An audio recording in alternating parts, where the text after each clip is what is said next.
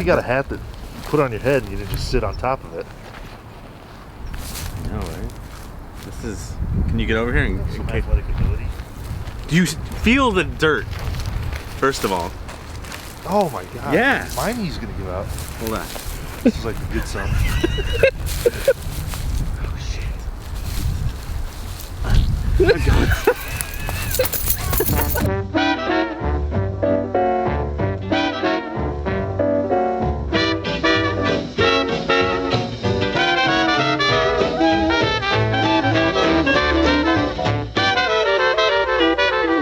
Hey guys, welcome back to another Famous Graves video. We're here at Forest Lawn Memorial Cemetery here in Hollywood Hills. We're going to take a look at some of the bigger celebrities that are laid to rest here, and maybe some that we just want to check out. So come along with us, let's do it. Our first stop is in the northeast corner of the cemetery, in the Court of Remembrance. On the south wall, we find Carrie Fisher. What can be said about Carrie Fisher, the princess of the galaxy, that hasn't been said before? While she's been in many films throughout her career, including The Burbs, When Harry Met Sally, and Hannah and Her Sisters, she'll always be known for playing Leia Organa in the Star Wars films, and that will be her legacy. So much so that many of her later films were cameos. The story of her demise is a sad one, though. Struggling with drug addiction and mental illness her whole life, it would lead to her end. Fisher had stopped breathing on a flight to Los Angeles and died 4 days later. The day after, her mother, Debbie Reynolds, suffered a stroke and also died. A portion of Fisher's ashes were buried with Debbie, and the remainder of the ashes are held in a giant novelty Prozac pill. Speaking of Debbie Reynolds, in the same entombment as Carrie Fisher, the ever-graceful Debbie Reynolds, Golden Globe nominee, Tony Award nominee, Emmy nominee, SAG Award winner, Academy Award recipient, singer, businesswoman, humanitarian, the woman who could do it all. She started early in her career with Singin' in the Rain, which I have a particular love for. She went on to do other films such as How the West Was Won, The Singing Nun, and The Unsinkable Molly Brown, which she was nominated for an Oscar. She went on to do television, stage plays, and many other business ventures. She won a Lifetime Achievement Award in 2015. In late 2016, after the death of her daughter, Carrie Fisher, she exclaimed, "I want to be with Carrie." Shortly after, Debbie had a severe stroke and died the next day. They are both buried here. If you stay in the Court of Remembrance and go just north, you'll come across the crypt of Albert Broccoli. While the name may not be familiar, his work definitely is. He's the producer that brought James Bond to life. He produced such films as Dr. No and Goldfinger, To the Spy Who Loved Me, and License to Kill. He was an American who was fascinated with bringing Ian Fleming's British secret agent James Bond to the big screen. And when he did, it became one of the most successful movie franchises of all time. Not only did he bring Bond to the screen, he also brought Fleming's Chitty Chitty Bang Bang to life as well. The year before he died in 1995, he handed over control of Eon Productions to his daughter Barbara, who continued making Bond films from Pierce Brosnan to Daniel Craig today.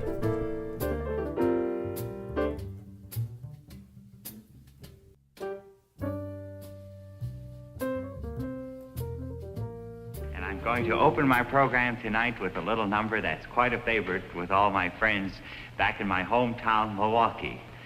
If you haven't guessed it already, it's the Beer Barrel Polka.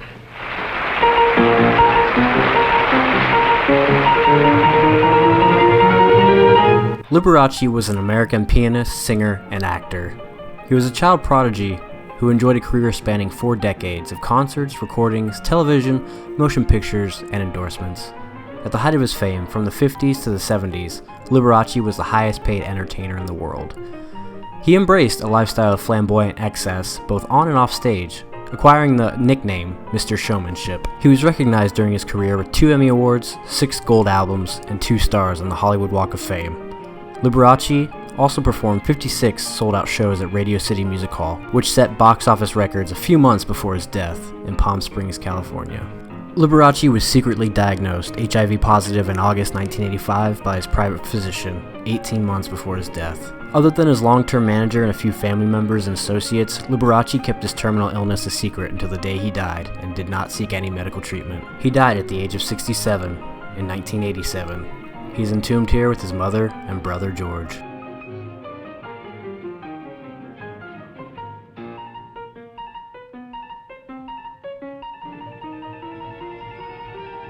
Our last stop in the Court of Remembrance is on the far west wall. Here we find Charles Lawton. Lawton was an English stage and film actor, as well as a director, who played everything from monsters and misfits to kings.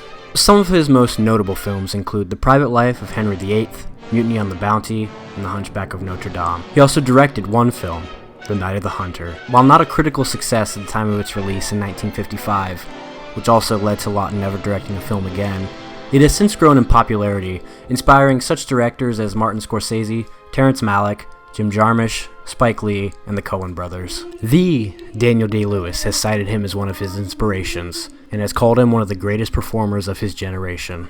He died in 1962 of spinal cancer at the age of 63. Heading south from the Court of Remembrance, we're now heading to the Court of Liberty.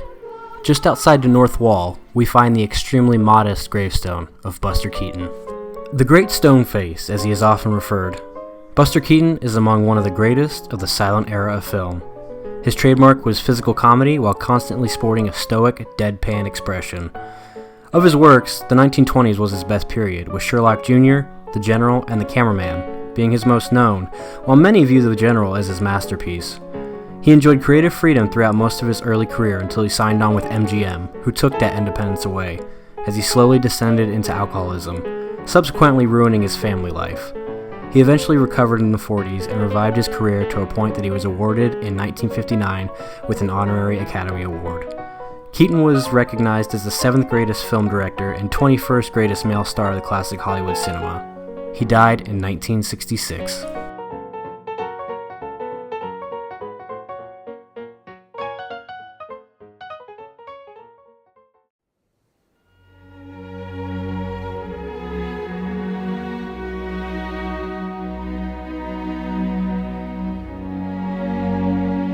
Here we have the as of right now unmarked grave of Bill Paxton. Bill has graced the screen of many of the biggest films in history. Terminator, Aliens, Spy Kids 2. His biggest by far and my personal favorite, Titanic. His performances were always understated ones that brought that little extra oomph to the films and television as a whole. He's been nominated for several awards, including an Emmy and Screen Actors Guild Award for portraying Randall McCoy in the History Channel miniseries Hatfields and McCoys. His final film appearance was The Circle in 2017, released 2 months after his death. Paxton died in 2017 of a stroke, precipitated by complications after a heart valve and aorta surgery he underwent earlier that year. The film Call Me By Your Name was dedicated to his memory.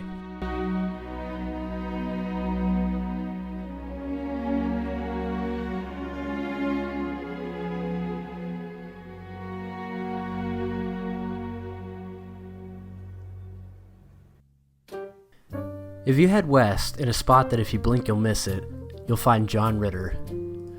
John Ritter is best known for playing Jack Tripper on the ABC sitcom Three's Company, for which he received a Primetime Emmy Award and a Golden Globe in 1984. He appeared in over 100 films and television series combined and performed on Broadway. Some roles include It, Problem Child 2, and Bad Santa in 2003, which was his last live-action film. In 2002, Don Knotts called Ritter the greatest physical comedian on the planet. Some of his final roles included voicing the title character on the PBS children's program Clifford the Big Red Dog, for which he received 4 Daytime Emmy Award nominations, as well as Paul Hennessy on the ABC sitcom 8 Simple Rules. His unfortunate demise is a sad one. In 2003, he fell ill while rehearsing for 8 Simple Rules. He began profusely sweating and vomiting, complaining of chest pains. He was taken across the street to the hospital, where they misdiagnosed it as a heart attack. Later on, they diagnosed it as an aortic dissection. Ritter died during surgery to repair the dissection 6 days before his 55th birthday.